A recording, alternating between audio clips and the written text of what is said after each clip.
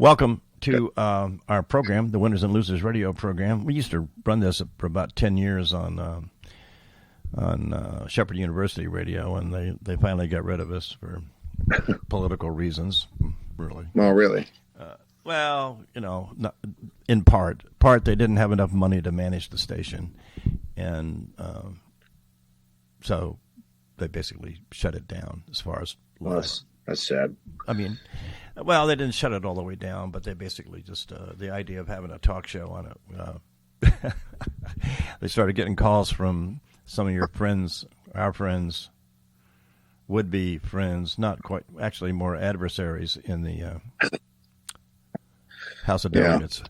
So from this area, anyway, that's what happened to that. But anyway, we restarted it. We had a little trial during the pandemic, but we restarted it as an internet thing, and I managed to automate enough of it here to, not have to spend 24 hours a day. So, right. Anyway, welcome to the program, and I'm delighted that you connected in. I've been reading some about your program from my friend John Christensen, who I think you've met. Yeah. And we are trying to find people to make our local labor council here in the Eastern Panhandle. JB and I have been, working in various roles on that for almost 20 years now. And he's the president currently. So, right. Anyway, and so we're trying to do a little bit more than has sometimes been the case with AFL-CIO stuff, and the leadership's trying to do more too. Everyone's looking for a way out of what looks like a pretty terrible box. So, yeah. I guess I want to start with you, giving your own introduction for yourself. What you've been doing for your life in the way of work and politics, and actually what got you in mind to actually run for governor. You're running for governor, right? Against no, it's U.S. Senate. Oh, so you're running for the Senate. Oh my gosh! So you're going to be, but that's why you're running against justice. That's right. That's why you're running against justice. Okay. Anyway. Okay. Give me your best shot. Yeah. Background on me. I was born in West Virginia. Went to high school in Monroe County, James Monroe. Went to about a semester of college at Concord, figured out I couldn't afford it. So I joined the Marines. I was in the Marine Corps for 5 years. 2.5 of that was at a fleet anti-terrorism security team. The other 2.5 were just regular infantry. So when I got out in 2015, I got out as a sergeant. Worked different jobs throughout. I was in Seattle for a little bit. I moved back home to West Virginia to take care of my grandmother, and just saw how bad off West Virginia has gotten since I had left in 2010, and I only been back a couple of times. Right. So when I came back, I just saw things gotten worse. So I began diving in on my free time, trying to help feed the homeless in Beckley and parts of southern West Virginia. Then I started getting warming layers like coats, beanies, toboggans, what have you, socks for people in the wintertime. And we were doing that. Then I found a community that had poisoned water, or the water wasn't drinkable because of old mines in the ground, or they buried toxic waste in the ground. So I got together, some organizers, and we delivered 8,500 bottles of water, I believe. I can't remember the number off the top of my head to this community. And after that, I got picked up by a couple of organizations, and I started working some political campaigns. So I've been pushing for legislation here in D.C. We were fighting for Build Back Better for a very long time. People Act, Pro Act, right? Working different political campaigns, trying to push people to win here in West Virginia. I was a campaign manager for one last year for a little House Douglas race down south. And my biggest thing I've been doing really for legislation, outside legislation for community organizing wise, was helping people with the addiction crisis. So really doing a lot with the organizers there, doing Narcan training, trying to break the stigma off Narcan, going into my regular stuff of mutual aid of helping people out when it's needed.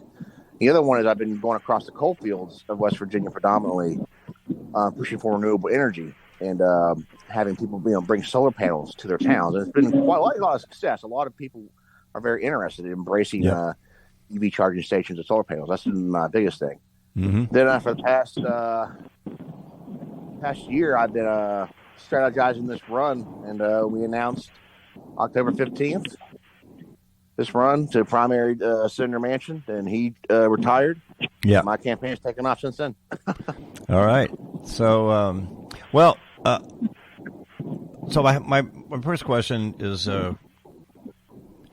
really a repeat of the first. Of your introduction, which is trying to figure out what the strategy might be for victory. And Sure. Your background in the Marine Corps. When I first went to work for the United Electrical Workers in 1976, I was sent to Boston, where one of the original CIA organizers of the UE and he was retired, but he was still training young organizers. His name was Don Tormey. And, one of my first weeks on the job, about 6 weeks on the job, I got a call from a camera shop that we represented near Boston, in South Boston. And the call was that the people had walked out of the shop and we're on strike, even though the contract was not expired. So the question of the legality of the strike was now yet to be determined. But anyway, and I called up my mentor and I said, well, what should we do? And he says, well, I would get out there and tell them if they're on strike, they should start picketing. And and then he says, and I said, well, what are the rules for this? I'd been on strike before, but actually a lockout, but I wasn't quite. He says, well, there's 2 rules for a strike and 3 rules for socialism, and he was a socialist. And he said the first rule is don't leave anybody behind. And the second one is find something for everyone to do. And the third is make sure it's equal pay and safe work. So how do we have a program for progress in West Virginia that doesn't leave people behind? So one of my biggest things is, of course, I'm pro-union, right? One of my biggest things is we need to bring renewable jobs here. And what does that look like? So let's bring the manufacturing jobs to West Virginia. Let's build the solar panels. Let's build the windmills here. Predominantly, it's all built in China, from what I believe. Why can't we have those manufacturing jobs here in West Virginia? Make them union, and then through that, you can put a lot of people to work, and you can also begin that just transition that everyone talks about, but no one actually tries to put into action here. You have the justified transition for miners, fossil fuel workers, what have you. Pay them the same wage, and get them, if they want to, get them transitioned into these new manufacturing jobs. And that stimulates the economy in West Virginia. That ensures no one's left behind. Of course, by their own choosing. If they don't want to work that, then of course. And it's going to take time to do that.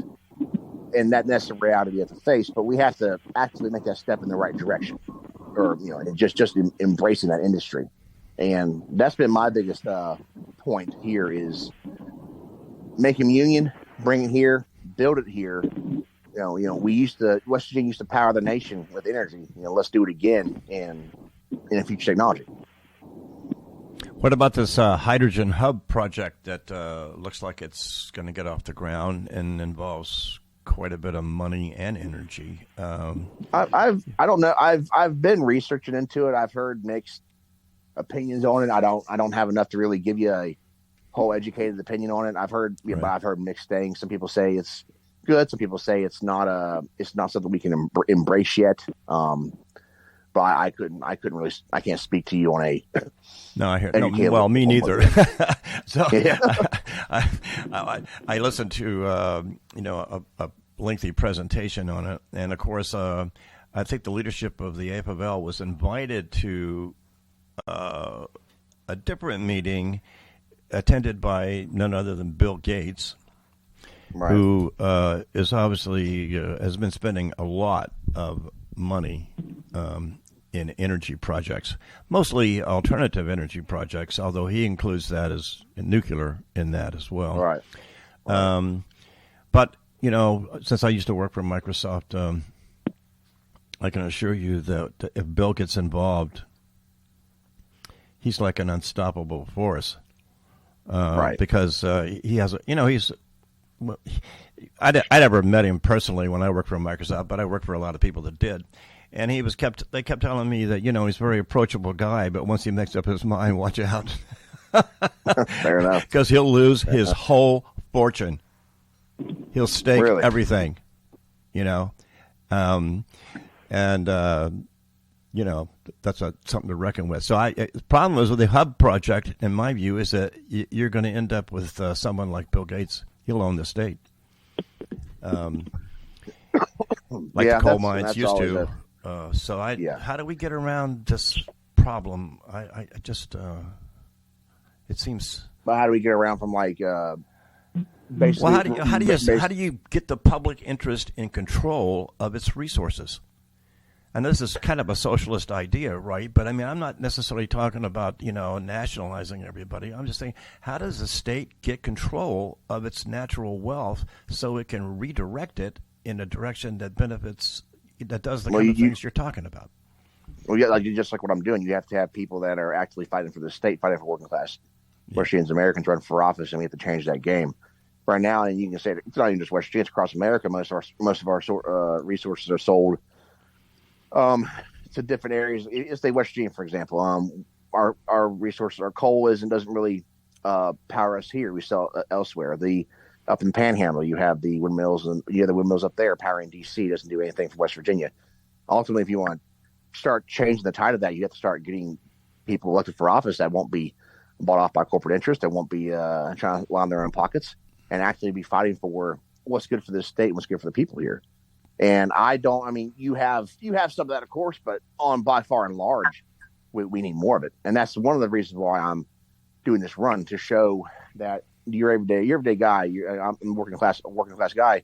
You can run for office, and you have to. At the end of the day, it doesn't have to be a suit and tie politician. You know, it's going to take all of us. It's going to take the working class to run and try to change things for ourselves.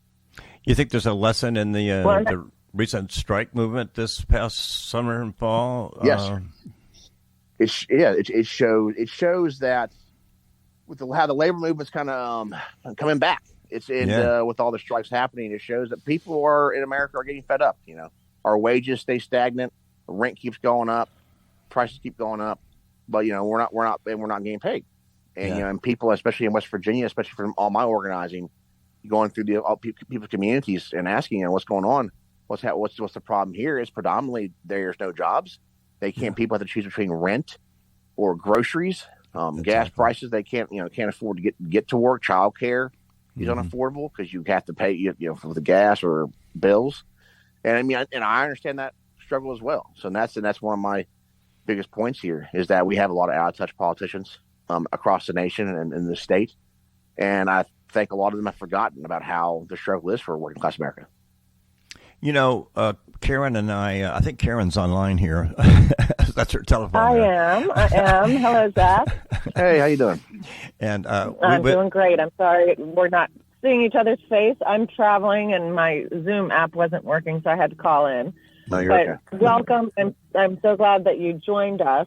And one thing that I've been paying attention to, you know, just to piggyback on the energy discussion, is West Virginia. You know, we're not gonna go from A to Z because it's just not, the political climate isn't there. So I think the all of the above approach to energy is necessary in West Virginia. It's what's going to move us forward. Because we can't get too progressively, excited about it because we do have to bring everybody on board. And what I'm hoping is that the discussion starts happening, that we stop politicizing energy by the type of energy it is. Yes. Like everybody, no matter what party you're with or, what your thoughts are, we should be working together to, first of all, produce energy that is here in the United States. I'm totally in agreement there. And that, isn't destructive, or is the least destructive.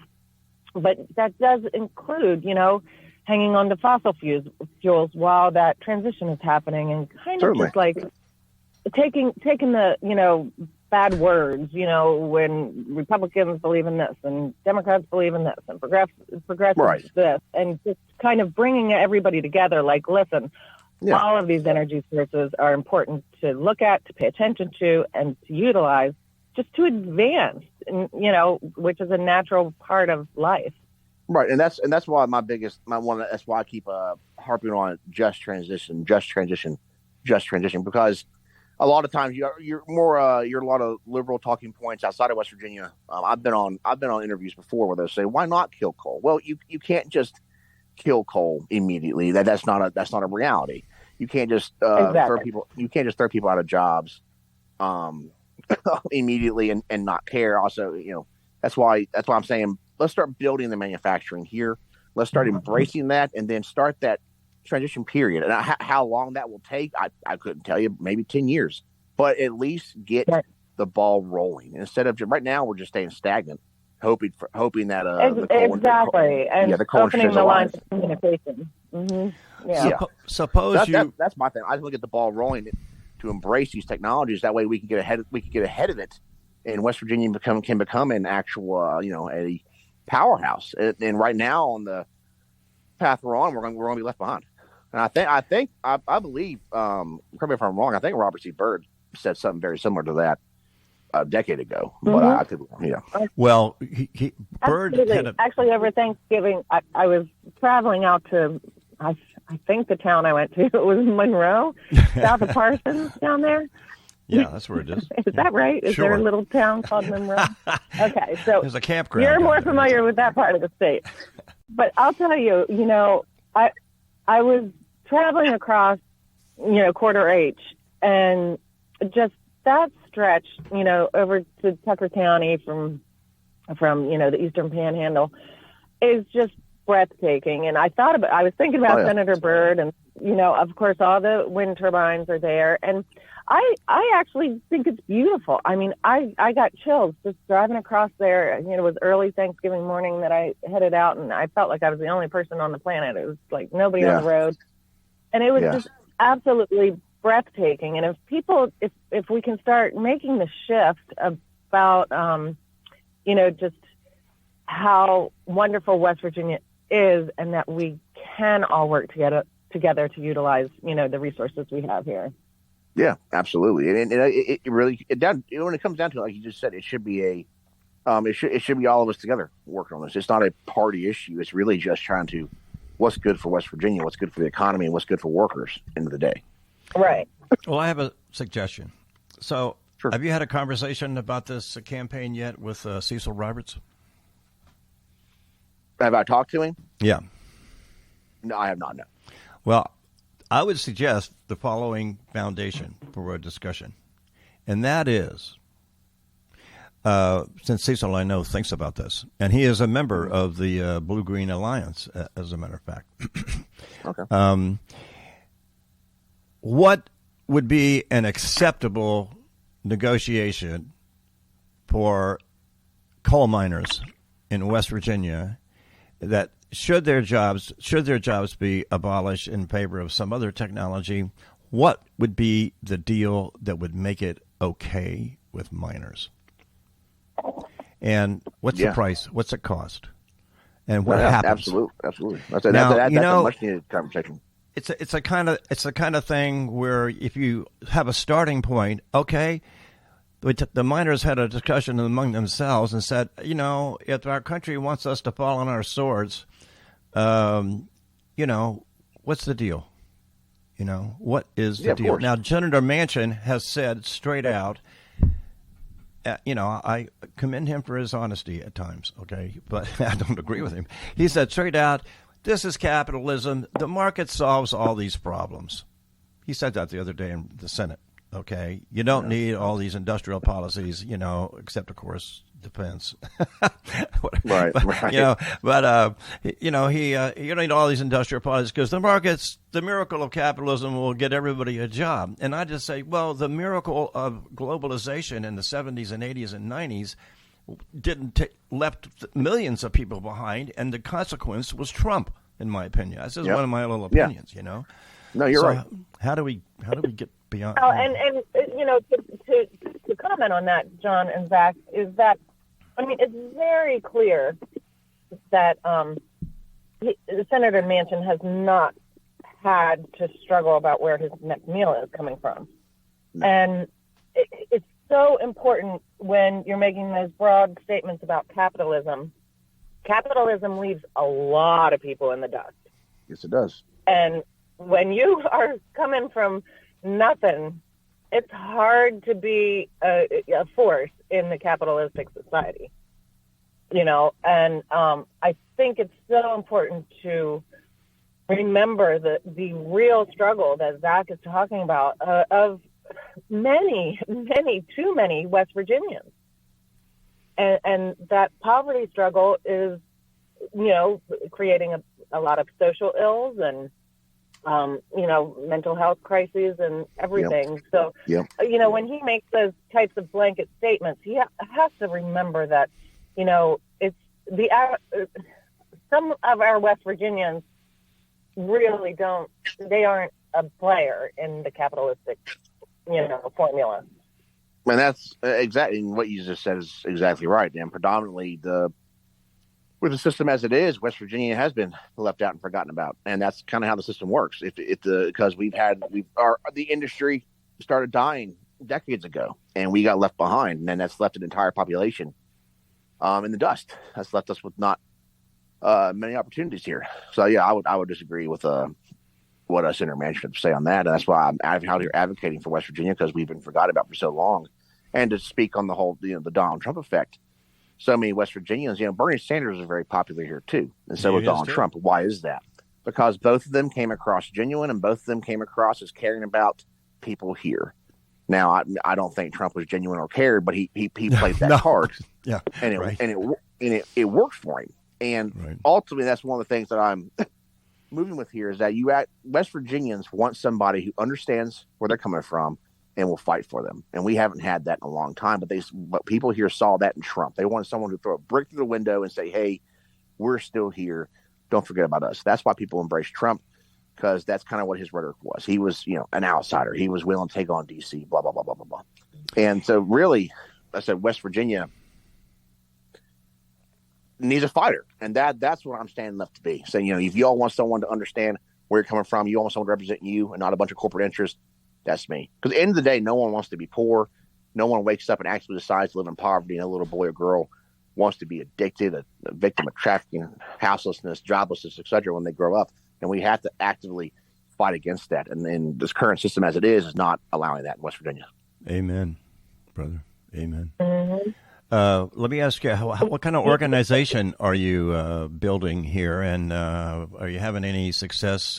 Obviously, if you haven't got $1 million, organizing has to, my old mentor I was just telling you about, he said, if I had 25 solid organizers, I could take over the state of West Virginia, Massachusetts. And you're right. And it's not, in the end of the day, it's not about money. Money helps, absolutely. And believe me, we are fundraising, and fundraising taking off. But at the end of the day, my ground game is spectacular. We have volunteers signing up every day. I have a very well-functioning, talented team. I think I might be the only campaign in the state that has a team. That's important. By the way, that's the first question that is on the COPE questionnaire in the AFFL this time is that, well, you want to run for office and you agree with everything we agree with, but do you have any organization, or are you going to have us do all of it for you? Yeah. Well, that's You just it. know, Me being a community organizer, for instance, I have a network here right. across West Virginia I've built, and I know of most of the organizers here. And yeah, when I said the network is set up, and I've been building upon that Right. for a long time. So ultimately, like I said, my ground game is spectacular, and I'll say that with confidence. Let me ask, what's your? Do you have any opposition yet within the Democratic Party? Not yet. I'm the only Democrat running. Okay, so, well, I'm sure. I have a question for you, Zach. Sure. That I was so disappointed. I'm glad you brought up the run when Bernie was so popular in West Virginia when he was running. And actually, John and I were on the radio at that point doing our show, and John knows how disappointed I was with the DNC for the treatment of Bernie. And I really think we changed the trajectory of the United States when the DNC kind of turned their back on Bernie's popularity. Yeah. And I worry about that for a candidate like you. I worry about the conventional DNC or the Democratic Party in West Virginia just not being able to embrace, a good kind of down to earth candidate like you, which I still am a Bernie lover. So.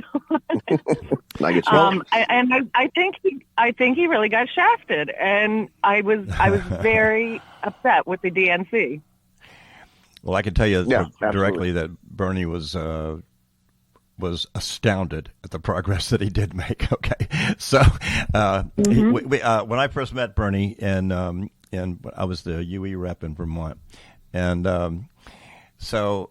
The first time I met Bernie, we didn't have any locals in Burlington, and I knew about him from some left-wing thing that was been going on. He came to some meeting, and he'd been down in New York before, but he decided he was going to run for mayor, and he didn't have any money at all, and of course he was. Openly a socialist, right? Independent and socialist.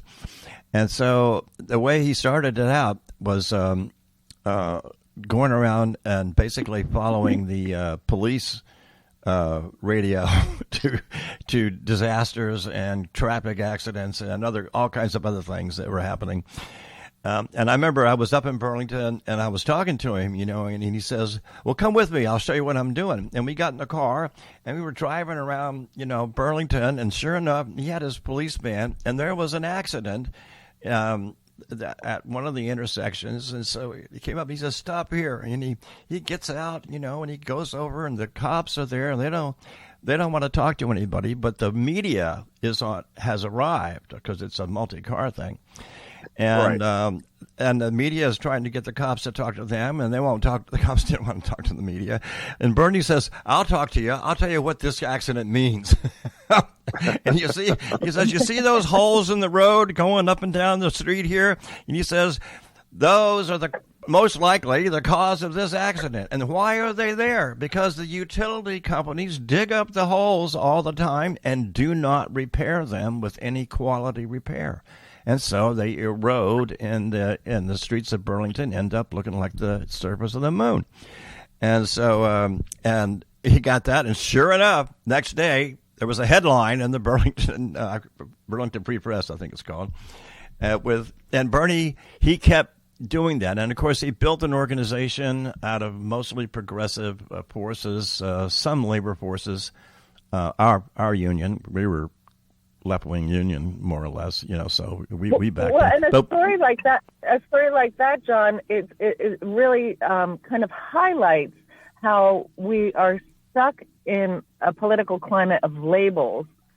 But really what you're talking about is what people care about. I don't care what party you're with. You care about, safety. You care about, having roads that aren't tearing up your car. I know that Charleston, people spend so much money fixing their cars in Charleston because of the potholes. Like, that crosses all party lines. People just want a decent life. And that's how, those are the things that Bernie addressed, and he addressed them authentically.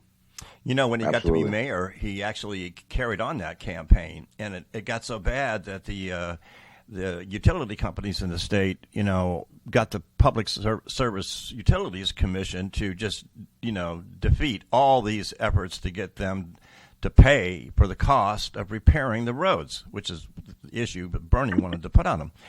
And they won. The Public Service Utility won. They killed that bill. They wouldn't let it go any further. And Bernie looked like a big defeat for him. And he came out and he said, this is an example of a lesson that we can all learn. And it says, if you try to challenge the privately controlled energy companies, acting against the public interest, they will take over, the Public Utility Commission and shut you down. I propose that we rename the Public Utility Commission the Private Utility Commission and be done with it as a state office. And, man, he got a resolution on that passed in the state legislature, okay, because it was so blatant, the things. Before he, so he very, very smart tactically about how to have an issue developed so that it exposed the underlying problem, a little bit to people. And even if you lost, ideologically, you won on a particular fight. So anyway, it was very interesting the way he evolved that whole thing. I remember he came to our first in 81 and 82 when the layoffs were huge in the machine tool industry. He came to our unemployed council or unemployed committee meeting, which we were very large at that time. And everybody thought he was going to come down and grandstand because he was thinking about, at that point, running for Congress. And he didn't. He just brought a truckload of food, socks, and clothing. And he wouldn't speak. He just sat with everybody. And I want to tell you, nothing impressed the members of that local in Springfield, Vermont, like that. It blew their mind that somebody meant what they said and would show up in trouble and not grandstand. Right. So it was really it was a big moment for us. There's a lot to learn from that, Zach. So what are you doing around the state? Like, how are you getting the word out? Well, I've done like 30 plus interviews so far. That's good. I'm doing launches across the state. So right now we've done obviously my first launch was in Charlestown. Then we did one in Morgantown a couple weeks ago. Starting in January, we'll be doing more in Charleston, Huntington, Bluefield, and Fayetteville. So we're getting all those sort of out to help spread that word. Also, I'm on social media, fight the good fight there. And really, it's just it's going door to door, going to communities, meeting community leaders, and finding media and getting supporter planned events and the kickoff events, like I just talked about. Now, are you planning on spending some time in Charleston during the legislative session? Yes, I do. Okay. Well, maybe we'll see you when we get. I remember our retirees, Alliance for Retired Americans. We're going to be down there in January. Yeah, so maybe we can hook up. We'll probably find each other. Yeah. So anyway, but well, Zach, it's just I just if you need some recruiting to go on around here, your emphasis on the just transition and leave no one behind, and this could be the time. This could be it. Absolutely. And so any way we can help out, I'm 100% behind you personally. So. Well, I really appreciate that. Believe me. And yeah, absolutely. I've got to come back on. And we can talk about it. Yeah, talk about. I'll try to get you to get a good and welfare hearing at our labor council even before the COPE season opens up. See if that works out. Okay. Absolutely. Yeah. Please do. Okay. Please do. Yeah, and I'm sure I'll be in Charleston a couple times. So I'll send you a message, and maybe we can sit down and talk face to face and see what we can do here in the Eastern Panhandle and help you out some more. Absolutely. Yeah. All right. Thank you guys so much for having me on. Okay, that's great, man. Take care of yourself, okay? All right. We'll be looking after you. Yeah. Good luck. Karen, you still there? I'm here. Oh, good. Anyway, hey, I was going to let you know, I think I sent you a note, but that the county commissions, which we were talking about last week, I think, they are meeting first Thursday of the month at 9. I saw that. I'm like, boy, that's a good way to confuse people to make sure they don't come. Well, I was talking to some other people about it. I was talking to Mike, but his wife is afraid that if he goes, he would have somebody might get injured. It's just Well, there's that. Because Mike spends his retirement down in the basement, bench pressing 350 pounds, so. Anyway. Well, yeah, I will. I've got that kind of noted on my schedule. Like I said, it'll be the New Year thing for me. I think if we committed ourselves to like an hour, we might. I think it's important. I think we should. Just see if we could stand an hour of being there with that, okay? And well, we might not be able to. I mean, I'm prepared to think, oh my God, I'm going to have to scream if I hear too much more. But I think if we could acquire a little good sense about what the rules for public comment or what they were doing, especially what the budget process was, because they're the only entity with taxing authority of any serious kind in the county. Right. So if you're going to do something, if it doesn't go through there, somebody else is going to have to pay for it. So anyway. Right. I think it's really important for us to get the finger on the pulse of that because, like I said, people ask me, and I just don't know enough about it, especially since having moved back into the area.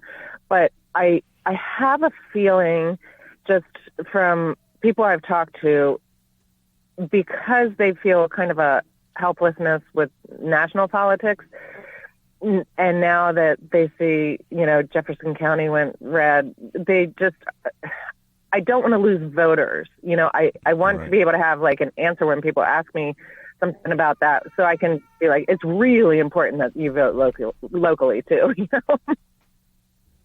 I think it just kind of compounded what happened in Jefferson County because people kind of are just like, oh my God, the county's going to crap too, Mm-hmm. And then just people kind of lose interest in voting. They feel like, I've just noticed that in the county. I mean, like I said, I've had people comment to me that they didn't vote last cycle, who I would have never imagined didn't vote. You know what I mean? Absolutely. And they're just like, I'm just sick of it. But, I feel like the best thing I can do is just be a little more educated on the county issues. And I'm sure it'll be fascinating. I'm sure. Yeah. And if we have I don't questions, know if it'll be good for my blood pressure. Well, but, yeah. Well, true. But if we have questions, there are some, I think, Patsy Nolan is retired now, right? Okay. Jim Surkamp's a little... He's very eccentric in my view, but whatever. But anyway, we have some past commission. Len Widmeyer is still in the county. I mean, we could get former commissioners if we go there and we see what's going on, and we could have a couple of interviews where we got to feel, is this normal? Right. Is this has Abby this normal? been protocol? It's just the way things. Okay, well that sounds great. So we could build some community. All right, pal. Well, thank you for getting back in by phone. I think we got a good little show today. Sure thing. Yeah, I'm so glad. I'm so glad. I like the guy. I think it's good for West Virginia. No matter what happens, it's really good that people. Right. We got to keep people's minds open. Whew. Yeah. Yeah. I liked him. That's good stuff. Him. Okay. I do too. I think he's got well, I got to take. I'm going to have to take the. Excuse me, the dog. By the way, our cat Wallace is dying. Oh. He's right here at my feet. I'm sorry. Yeah. I'm sorry, Wallace. Yeah. he got some kind of I hope it's not intestinal painful. cancer. Well, he's I don't know. He was being quiet. Now he's making some noise. But anyway, you hear that? Take good care of him. Oh, well, Yeah, keep me posted. Okay, pal. Take care. Talk to you Okay. later. Have a great day. You too. Bye-bye. Bye. Recording stopped. What's going on, sweetie?